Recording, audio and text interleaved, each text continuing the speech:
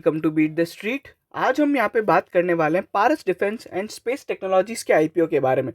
इस वीडियो में हम करेंगे पारस डिफेंस का पूरा फंडामेंटल एनालिसिस, उसके बिजनेस को समझेंगे और यहाँ पे जानेंगे उस बिजनेस में और उस इंडस्ट्री में क्या क्या हो रहा है। पीयर कंपैरिजंस वगैरह करने की भी कोशिश करेंगे और हम आपको एंड में बताएंगे कि इसमें आपको क्या करना चाहिए, इसके आईपीओ को अप्लाई करना चाहिए या नहीं करना चाहिए, बिजनेस के अंदर रिस्क क्या है, अगर आईपीओ नहीं लगता है तो वापस लिस्ट होने के टाइम पे शॉर्ट टर्म के लिए लेना चाहिए या लॉन्ग टर्म के लिए, टारगेट्स क्या देखने को मिल सकते हैं, जीएमपी वगैरह क्या चल रहा है। तो ये सारी चीजें इस वीडियो के अंदर हम लोग डिस्कस करेंगे। अगर आप हमारे चैनल पे पहली बार आ रहे हैं तो सभी तरह के डिटेल्ड फंडामेंटल और एनुअल रिपोर्ट एनालिसिस के लिए चैनल को जरूर सब्सक्राइब करें और बेल आइकन जरूर दबाएं। चलिए सबसे पहले हम लोग है ना की डिटेल्स ले लेते हैं, फटाफट से हाइलाइट्स ले लेते हैं। पारस की जो आईपीओ आ रहा है, अपन इसको पारस का आईपीओ ही बोलेंगे, ठीक है, पूरा नाम नहीं लेंगे। सबसे पहले जो आईपीओ है 21 सितंबर को खुला है, जो कि खुल चुका है। 23 सितंबर को क्लोज होने वाला है। 175 रुपीज़ पर शेयर पे आपको दिया जाएगा। 85 शेयर्स का लॉट है। मोटा मोटी वही 14,000 से 15,000 के बीच में आपका यहाँ पे अमाउंट ब्लॉक होगा, ठीक है। आईपीओ की बाकी अदर डेट्स क्या रहेंगी, तो ये 28 सितंबर को इसका अलॉटमेंट वगैरह होगा। लिस्टिंग इसकी 1 अक्टूबर को होगी। तो ये मोटा मोटी यहाँ पे डेट्स थी। उसके अलावा अगर अपन देखें तो अब अपन बात करें तो यहाँ पे 14,875 रुपये की यहाँ पे एप्लीकेशन है। अब अपन यहाँ पे बात करें तो जीएमपी कितना चल रहा है पारस डिफेंस का, तो जीएमपी यहाँ पे 100% चल रहा है। तो बिल्कुल बिल्कुल यहाँ पे लिस्टिंग के हिसाब से तो बिल्कुल लगाना चाहिए। बट मैं आपको बता दूं आईपीओ का साइज बहुत बहुत छोटा है। तो सबसे पहले अपन अगर इसके बिजनेस को समझें कि पारस डिफेंस किस बिजनेस में है, तो ये कंपनी का रेड हियरिंग प्रोस्पेक्टस है। आज अपन इस वीडियो में ये भी जान लेंगे कि रेड हियरिंग प्रोस्पेक्टस को पढ़ा कैसे जाता है। ये जो डॉक्यूमेंट होता है ये सबसे ज्यादा डिटेल डॉक्यूमेंट होता है, जो एक कंपनी अपने पूरे लिस्टिंग के दौरान या फिर लिस्ट होने के बाद भी इतना डिटेल डॉक्यूमेंट नहीं बनाती है। अगर आप देखोगे तो ये बहुत ज्यादा डिटेल डॉक्यूमेंट होता है, जो कि सेबी की और एनएससी बीएससी की वेबसाइट के थ्रू यहाँ पे आपको डाउनलोड करने को मिल सकता है। उसका लिंक हम लोग डिस्क्रिप्शन में दे देंगे। प्राइमरी बिजनेस क्या है इस कंपनी का? प्राइमरी बिजनेस है design, develop and manufacture testing of wide range of defence and space engineering products and solutions. कुल मिला के ये डिफेंस बेस्ड कंपनी है। डिफेंस और यहाँ पे स्पेस इंजीनियरिंग में काम करती है। आईएसआरओ से लेके जो इंडिया की जितनी भी डिफेंस वाली कंपनीज है या फिर इंडिया के डिफेंस डिपार्टमेंट को यहाँ पे ये अपनी सर्विसेज देती है। ये जो प्रोडक्ट्स बनाती है बेसिकली, ये जो प्रोडक्ट्स एक तो बहुत ज़्यादा यूनिक है और बहुत कम कॉम्पिटिटर्स है। दूसरा यहाँ पे इनके पास एक जो बेसिकली यहाँ पे लाइजनिंग बहुत ज़्यादा यहाँ पे काम करती है। गवर्नमेंट डिपार्टमेंट से यहाँ पे आपको अगर काम करना है तो आपका यहाँ पे एक रिलेशन बहुत अच्छा होना चाहिए। उसके अलावा फिर बिजनेस के अंदर बहुत ज़्यादा रिस्क वगैरह भी है, बहुत ज़्यादा प्रॉब्लम भी है। अच्छा, ग्लोबल डिफेंस स्पेंडिंग जो है बेसिकली 1.93 ट्रिलियन 2019 में, और जिसमें जो ओवरऑल यहाँ पे जो स्पेंडिंग है वो 3.6% से बढ़ी है। और FY20 में ये जो स्पेंडिंग है और थोड़ी बहुत बढ़ने वाली है। मतलब अगर आप देखोगे इंडिया का जो डिफेंस बजट है 40, अगर अपन यहाँ पे देखें 40 बिलियन से बढ़ के 46 बिलियन से बढ़ के यहाँ पे 64 बिलियन के लगभग आसपास आया है।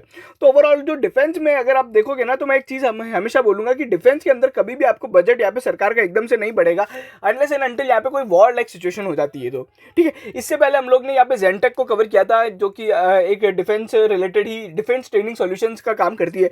तो बिल्कुल बिल्कुल ये उसी इंडस्ट्री का पार्ट है, बट उसका एग्जैक्ट पीयर नहीं है।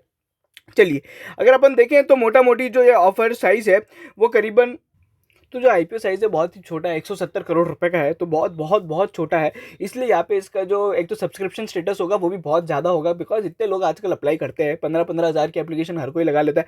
तो यहाँ पे ऑब्वियसली यहाँ पे आपको अलॉटमेंट मिलना बहुत बहुत मुश्किल है। अच्छा, ऑब्जेक्ट्स ऑफ ऑफर देखें तो क्या करने वाले हैं ये लोग, जो पैसा आने वाला है इनसे अगर अपन देखें तो लगभग 34 करोड़ रुपए का आप यहाँ पे प्लांट एंड मशीनरी वगैरह खरीदेंगे। फिर कुछ वर्किंग कैपिटल की रिक्वायरमेंट कंपनी की बढ़ती आ रही है, जो कि लगातार बढ़ती आ रही है। लास्ट 3 साल में भी वर्किंग कैपिटल रिक्वायरमेंट बढ़ी और अभी भी बढ़ी। तो 60 करोड़ रुपए वहां पे जाएंगे, जो कि बहुत बड़ा पार्ट है। उसके बाद 12 करोड़ रुपए यहाँ पे कुछ डेप्ट और बोरिंग्स है, उसको पेमेंट करने के लिए दिया जाएगा। उसके अलावा थोड़ा बहुत ऑफर फॉर सेल है। तो यहाँ पे कुछ प्रमोटर्स है जो अपना स्टेक बेच रहे हैं। मोटा मोटी यहाँ पे जो स्टेक बेचने के बाद प्रमोटर का जो स्टेक होगा वो लगभग 79% से थोड़ा बहुत अगर अपन देखें तो कम होकर 59-69% आ जाएगा।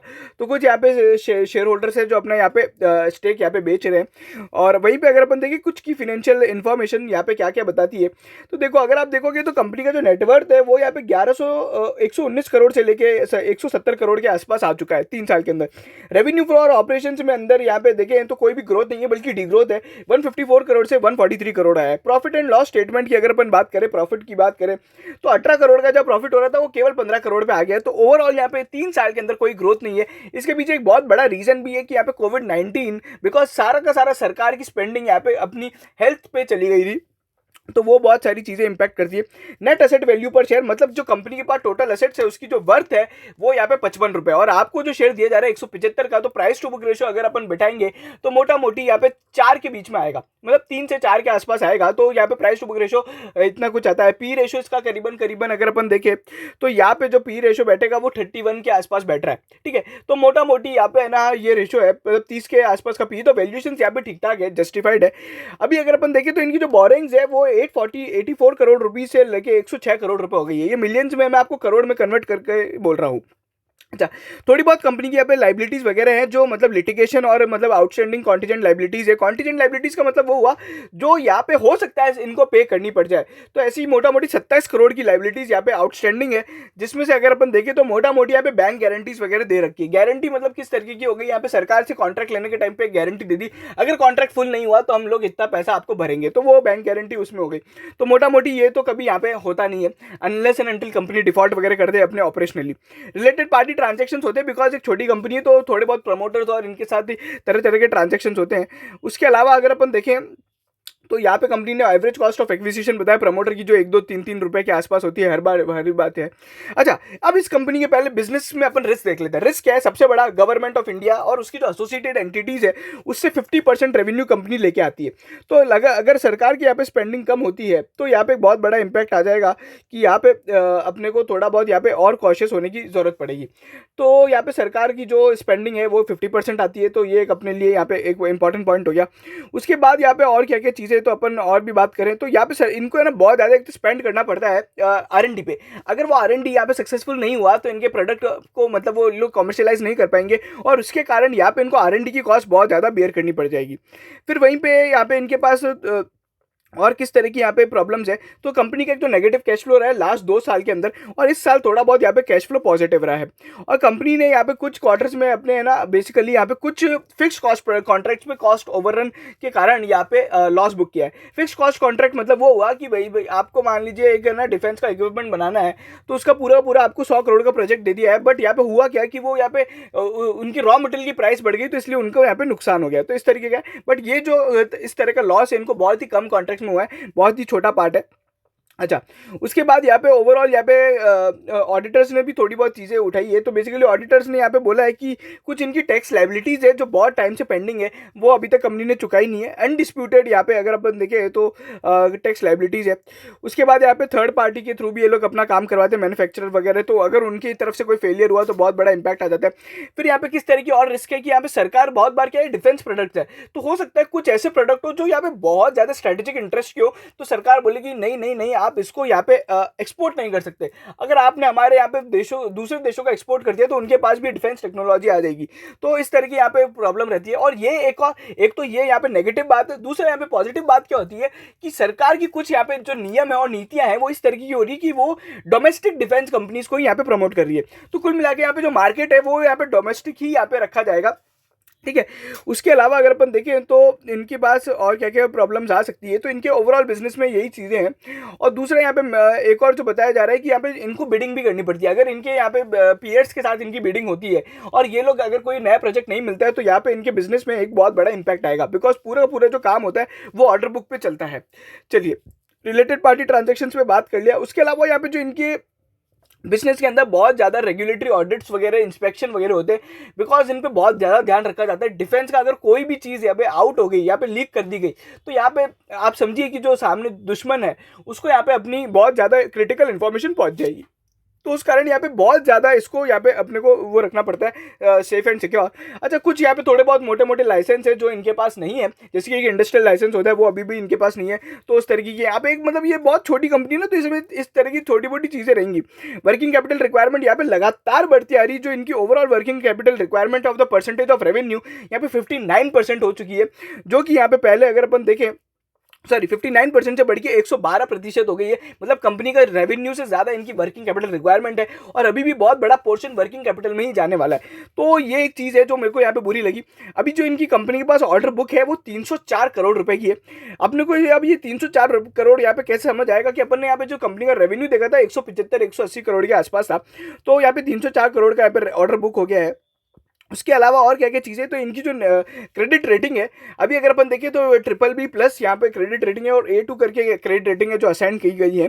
तो ये सारी चीज़ें मतलब डिसेंट यहाँ पे अगर आप देखोगे तो बहुत ज़्यादा अच्छे फिनेंशियल्स नहीं है, बहुत ज़्यादा खराब फिनेंशियल्स भी नहीं है। एक छोटी कंपनी में जिस तरह की चीज़ें होती है वो है। उसके अलावा कभी कभी हो सकता है कि इन लोग ने थोड़ी बहुत यहाँ पे रेगुलेटरी फाइलिंग्स में यहाँ पे इनकरेक्ट कर दिया, फिर डिले कर दिया। और एक्सपोर्ट पे जो रेस्ट्रिक्शन होता है वो मैंने आपको समझाया था कि किस तरीके के यहाँ पे सरकार भी यहाँ पे रेस्ट्रिक्शंस लगा देती है। तो ये सारी चीज़ें थी इनके। फिर अगर अपन बात करें फिनेंशियल्स की, तो यहाँ पे एक और जो इंपॉर्टेंट चीज़ वो ये हो रही है कि प्रॉपर्टी प्लांट एंड इक्विपमेंट का जो पोर्शन है वो यहाँ पे बहुत है ना। अगर अपन देखें जो कंपनी का नेट ब्लॉक या ग्रॉस ब्लॉक जिसको भी अपन बोले, अभी ये तो नेट ब्लॉक दिख रहा है, तो यहाँ पे कंपनी का कोई इन्वेस्टमेंट रहा ही नहीं है।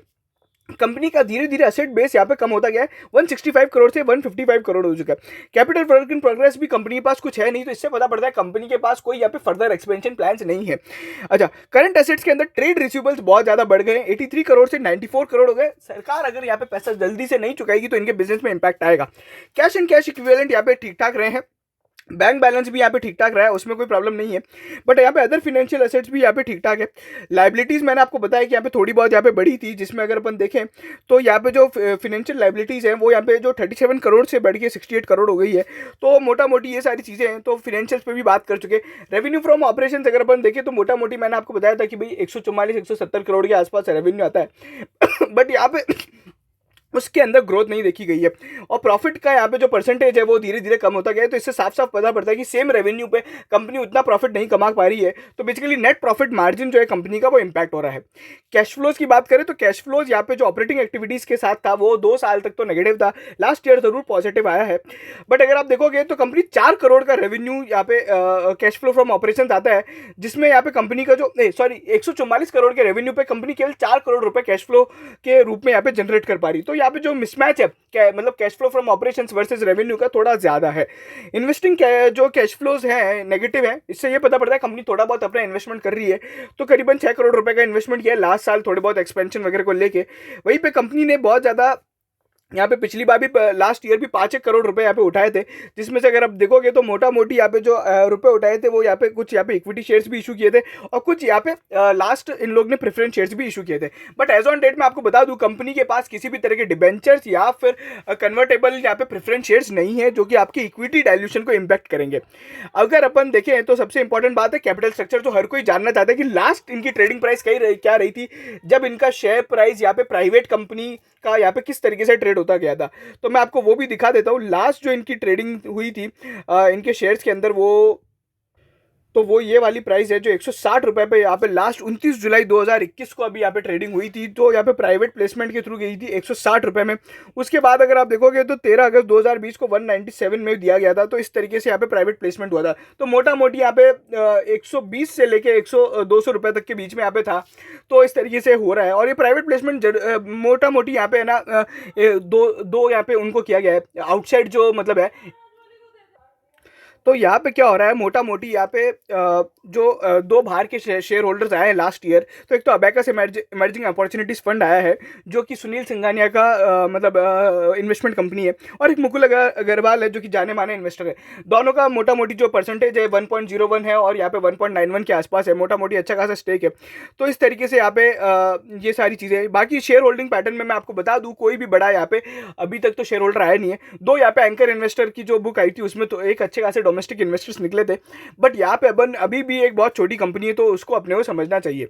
चलिए, तो ये सारी बातें हो गई है। अभी मोटा मोटी अपन ने सब समझ लिया है। अभी यहाँ पे अगर अपन देखें तो कंपनी के यहाँ पे बिजनेस में क्या हो रहा है, तो सबसे पहले बिजनेस से पहले अपन थोड़ा इंडस्ट्री का डेटा भी उठाएं। तो यहाँ पे डिफेंस बजट की ग्रोथ है जो आप यहाँ पे देख सकते हो कि बहुत ही डिसेंट है, इसमें ज़्यादा ग्रोथ नहीं देखने को मिली है। उसके अलावा यहाँ पे एक और यहाँ पे इंपॉर्टेंट बात है कि यहाँ पे रेवेन्यू एक्सपेंडिचर यहाँ पे ज़्यादा होना चाहिए, बिकॉज इनका जो मोटा मोटी खर्चा होता है, इनके जो प्रोडक्ट बिकते हैं वो सरकार के रेवेन्यू एक्सपेंडिचर बजट में आते हैं। अच्छा, उसके बाद अगर अपन देखें तो कंपनी ने ये भी बताया कि कौन कौन से टेरर प्रोन एरियाज है जहाँ पे इनका बिजनेस ज़्यादा होता है। उसके अलावा सरकार की बहुत सारी जो तरह तरह की यहाँ पे डिफेंस स्कीम्स है उसके बारे में डिटेल्स दी गई है। डिफेंस के एक्सपोर्ट की ग्रोथ है जो लगातार यहाँ पे कम होती जा रही है लास्ट 3 ईयर्स में, और ये बिल्कुल बिल्कुल सरकार की नीतियों पे ही डिपेंड करता है। फिर सरकार की कुछ आत्मनिर्भर की जो स्कीम्स वगैरह आई हैं कि इंडिजीनियस प्राइवेट कंपनीज को ही यहाँ पे दिया जाएगा। अच्छा, अब यहाँ पे इनका कॉम्पिटिटिव लैंडस्केप बताया गया है। देखो पारस डिफेंस यहाँ पे जितने भी काम करती है उसमें से अगर अपन देखें तो डिफेंस इलेक्ट्रॉनिक्स कैपेबिलिटीज का काम करती है। अब ये जो प्रोडक्ट्स है बहुत बहुत ज्यादा कॉम्प्लेक्स है, एक जनरल आदमी को नहीं समझ में आएगा। आपको क्या देखना है कि यहाँ पे कंपनी ने बताया कि पारस डिफेंस यहाँ पे जो ग्रीन वाली कंपनी है उनके पास हाई कैपेबिलिटीज पर्टिकुलर प्रोडक्ट्स के अंदर, बाकी जो रेड वाली उनके पास कोई कैपेबिलिटी है ही नहीं, और जो ऑरेंज या येलो है उनके पास मिड टाइप्स की कैपेबिलिटी है। तो पारस डिफेंस यहाँ पे इस डिफेंस इलेक्ट्रॉनिक्स के अंदर यहाँ पे दो ही कंपनीज के साथ, यहाँ पे तीन कंपनीज के साथ काम करता है, डेटा पैटर्न्स, मिस्ट्रल और कोरेल के साथ इनका यहाँ पे होता है। उसके बाद डिफेंस ऑप्टिक्स जो कि पारस का यहाँ पे सबसे बड़ा बिजनेस है।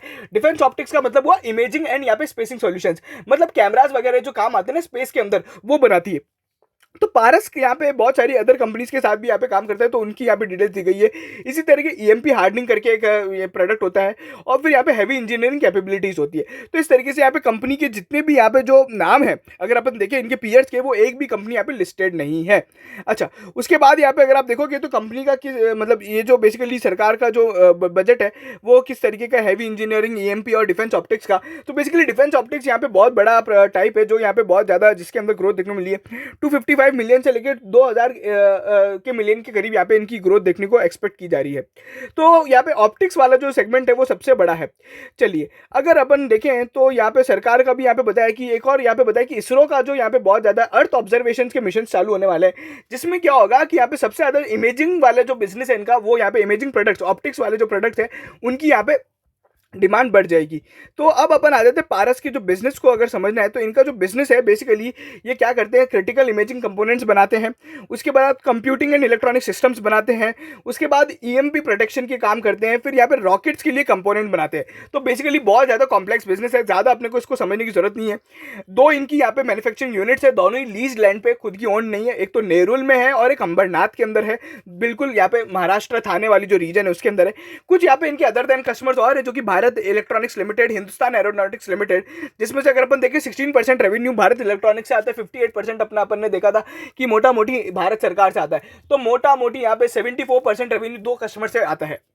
उसके अलावा अदर यहाँ पे तरह तरह की और यहाँ पे डिफेंस कंपनीज है जिनके साथ इनका रेवेन्यू आता है। बट यहाँ पे ये जो बिजनेस है इसके अंदर आप ये भी मानो कि यहाँ पे बहुत बड़ी बड़ी कंपनीज ही होंगी, कोई यहाँ पे ऐसा तो है नहीं कि भैया दो, ठीक है।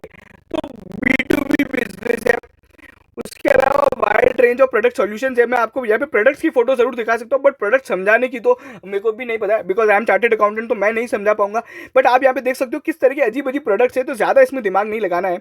मोटा मोटी ये डिफेंस के तरह तरह के यहाँ पे कंप्यूटर सिस्टम्स, कैपिटल एक्सपेंडिचर के लिए जो यहाँ पे कंपनी यूज़ करती है, तरह तरह के यहाँ पे इनके जो प्रोजेक्ट्स हैं और प्रोडक्ट्स हैं उनके बारे में यहाँ पे डिटेल दी गई है। तो इस तरह के यहाँ पे ये लोग प्रोडक्ट्स बनाती है। ऑर्डर बुक की डिटेल भी मैंने आपको मोटा मोटी बता दी गई थी। डिफेंस ऑप्टिक्स में इनका सबसे ज़्यादा बड़ा बिजनेस है। तो इस तरीके का काम है इनका। इंडिया के अंदर कोई भी लिस्टेड पीयर नहीं है, तो अपने को किसी और से कंपेयर नहीं करना है। आप ये जरूर कर सकते हो कि भारत जो अपना हैवी इलेक्ट्रिकल्स है तो उसके साथ जरूर इसका एक बार पी कंपेरिजन कर सकते हो, पी लेवल पे। तो अगर अपन देखेंगे तो उनकी उससे वैल्यूएशन तो यहाँ पे जस्टिफाइड है, ठीक है। तो यहाँ पे इस तरीके का इनका बिजनेस है और इस तरह के इनके काम है। तो ये था पारस डिफेंस पे एनालिसिस। अब अपन बात करें कि यहाँ पे क्या करना चाहिए। देखिए बिल्कुल बिल्कुल लिस्टिंग गेन के लिए तो अप्लाई करना चाहिए। एक अच्छे खासे 100% लिस्टिंग गेन देखने को मिल सकते हैं आने वाले समय में। इसमें यहाँ पे शॉर्ट टर्म लॉन्ग टर्म के लिए बनाना चाहिए क्या पैसा, तो मैं यहाँ पे इन्वेस्ट करना चाहिए क्या, तो मैं आपको बोलूंगा आप शॉर्ट टर्म के लिए जरूर कर सकते हो। अगर ये जो स्टॉक है अभी 175 का भाव है, अगर यहाँ पे 300 रुपए के अंदर यहाँ पे अपने को मिलता है, 300 या फिर 350 के बीच में मिलता है, तो अपने को थोड़ी बहुत यहाँ पे क्वांटिटी रख लेनी चाहिए। 400 450 रुपए तक के टारगेट के लिए अपन यहाँ पे होल्ड कर सकते हैं। लॉन्ग टर्म के लिए अच्छा है क्या, मैं अभी नहीं बोलूँगा। बहुत छोटी कंपनी है, फिनेंशियल्स भी कुछ ना कुछ कहीं ना कहीं हिले डुले हैं, तो अपन यहाँ पे लॉन्ग टर्म के लिए नहीं जाएंगे। और पूरे का जो बिजनेस है सरकार पे डिपेंड करता है, सरकार की नीतियों पे, तो बहुत ज़्यादा वॉलेटिलिटी देखने को मिल सकती है बिजनेस के अंदर। तो इसलिए अपन लॉन्ग टर्म बैट नहीं करेंगे। आप भी समझिए कि सरकार और यहाँ पे ओवरऑल यहाँ पे ज़्यादा अपने इंडिया के अंदर अभी बहुत 4-5 सालों से कोई बड़ी डिफेंस यहाँ पे एक्टिविटीज़ नहीं देखने को मिली है। लास्ट ईयर भी थोड़ा बहुत हुआ था, चाइना के साथ घुसपैठ वगैरह हुई थी, बट उसके बाद कुछ हुआ नहीं है। तो जब तक कि इस तरह की एक्टिविटीज़ नहीं होंगी, आई होप कि नहीं हो, तो यहाँ पे इन कंपनीज की डिमांड तो बिल्कुल नहीं बढ़ने वाली है। इनकी कंपनीज की डिमांड जब बढ़ती है जब यहाँ पे किसी तरह की डिफेंस यहाँ पे बॉर्डर वगैरह पे कुछ थोड़ा बहुत इश्यूज हो जाते हैं, तब बढ़ती है। तो इस तरह का काम है। बाकी इसरो के साथ इनका अच्छा काम है, तो वो यहाँ पे एक अच्छा खासा बिजनेस है डिफेंस ऑप्टिक्स, जो कि बहुत अच्छा बिजनेस है। उसके अंदर काफी अच्छी ग्रोथ देखने को मिल सकती है। बट यहाँ पे लॉन्ग टर्म के लिए मैं आपको यहाँ पे सजेस्ट नहीं करूंगा। लिस्टिंग और शॉर्ट टर्म के लिए आप यहाँ पे अप्लाई कर सकते हैं और यहाँ पे बाय भी कर सकते हैं। तो ये था मेरा एनालिसिस पारस डिफेंस स्पेस टेक्नोलॉजीज के आईपीओ पे और उसकी पूरी कंपनी पे। अगर आपको वीडियो पसंद आया तो प्लीज प्लीज़ प्लीज़ चैनल को सब्सक्राइब करें, लाइक ज़रूर करें और शेयर ज़रूर करें ये वीडियो सभी लोगों के साथ जो भी IPO में लगाते हैं या फिर पारस डिफेंस या फिर डिफेंस सेक्टर में थोड़ी बहुत रुचि रखते हैं। Thank you so much.